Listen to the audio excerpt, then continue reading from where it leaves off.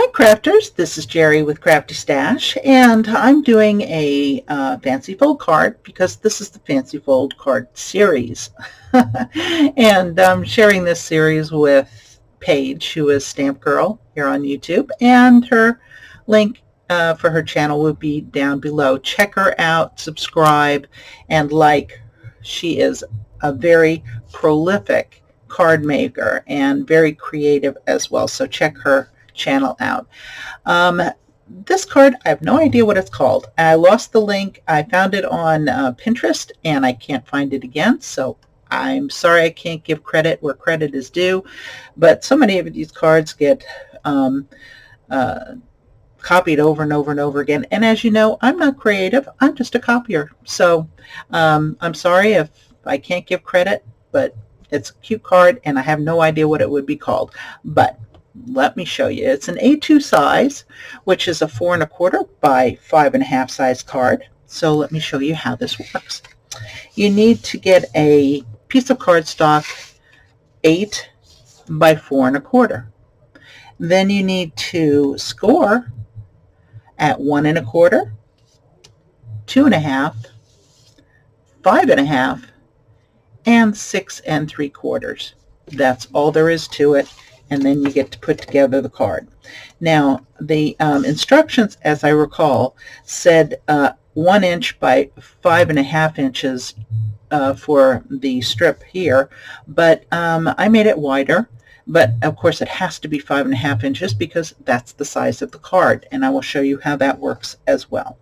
So here is the card I will show you how to make, and this is some ancient, close to my heart paper, and I'm trying to get through all of my paper that I can.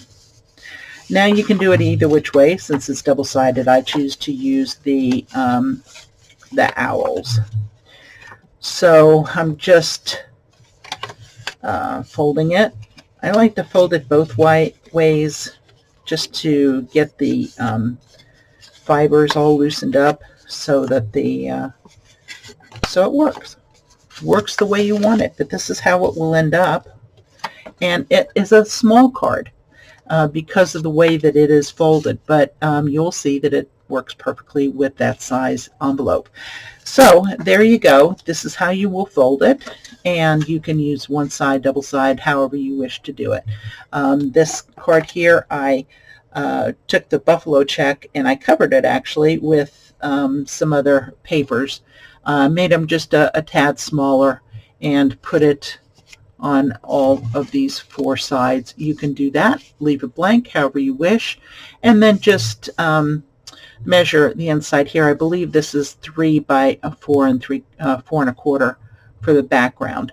This one is one-sided, so I will use my hellos and goodbyes on the back of that, or you can put a thing in the middle of that if that's what you wish to do. However you want to do it, it's good. So that's the base of the card. Then I cut my other piece here. It's however wide you want to make it, and 5 1/2 inches long.